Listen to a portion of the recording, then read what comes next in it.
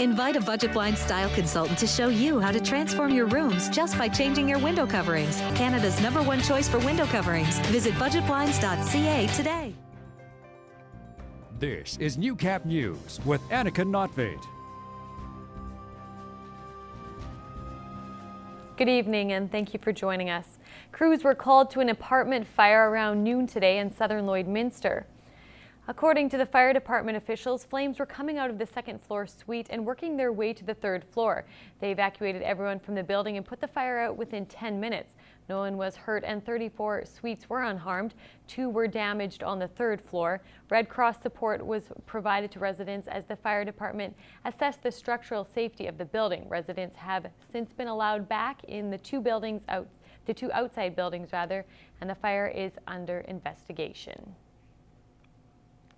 Many in the border city strapped on running shoes to show support for those living with multiple sclerosis. This morning, even with the daunting rain clouds, the annual walk and run saw some record numbers with more than 550 participants.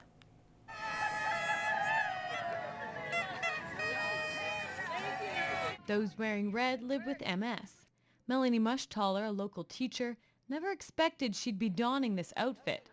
But 3 months ago, she was diagnosed. It was just a regular day. I was writing on the board and I realized that I couldn't write anymore and it just wasn't coming out the same. In a couple days' time, I completely lost function in the one whole side of my body. Since then, this 28-year-old has reached out to the local MS chapter. She says it's a much-needed support system. We have an MS group that gets together once a month, and we just to be able to share your stories of your experiences and being new to it, just finding out like their stories. That it's life-changing, not just for that person who's suffering alone, but for family members as well. It's kind of hard to see, your mother or whatever, not be able to do the things that they used to do before. There is so much research happening with regards to stem cell research and whatnot, to research in Calgary and the University Hospital and in Edmonton. So big stuff happening in Ottawa and Winnipeg. So just stay hopeful. And that research is made possible through fundraisers like this one. We're completely overwhelmed in terms of the numbers. This is every year this community raises the bar, and we recognize that we're in a tough economic time right now, but I think that the answer to those questions today has been a resounding, we are in this to fight. Living with MS isn't easy, but it's unanimous that the important message is you're not alone. And speaking from experience, Mushtaller says if you're diagnosed, to reach out. Once you get out there talking to people, it's the amount of support that's out there for you and the resources that are out there for you. Don't feel like you're the only one, because you're definitely not.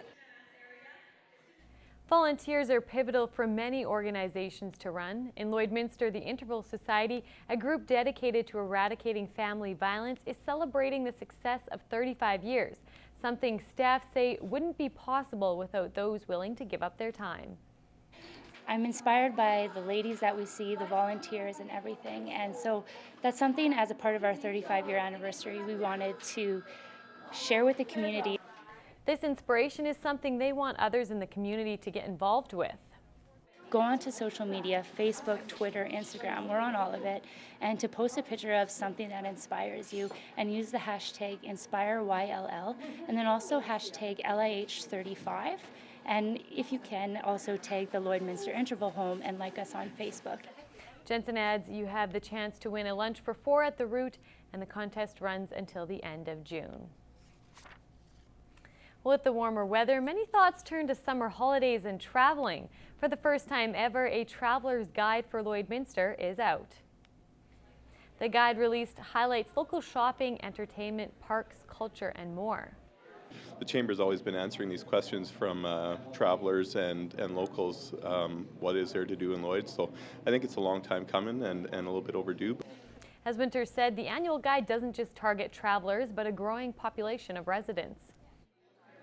Lloyd's a transient city. There are a lot of people that weren't born and raised in the city, so they may not have grown up with knowing what there is to do. So it's a great way for them to get more embedded into the city.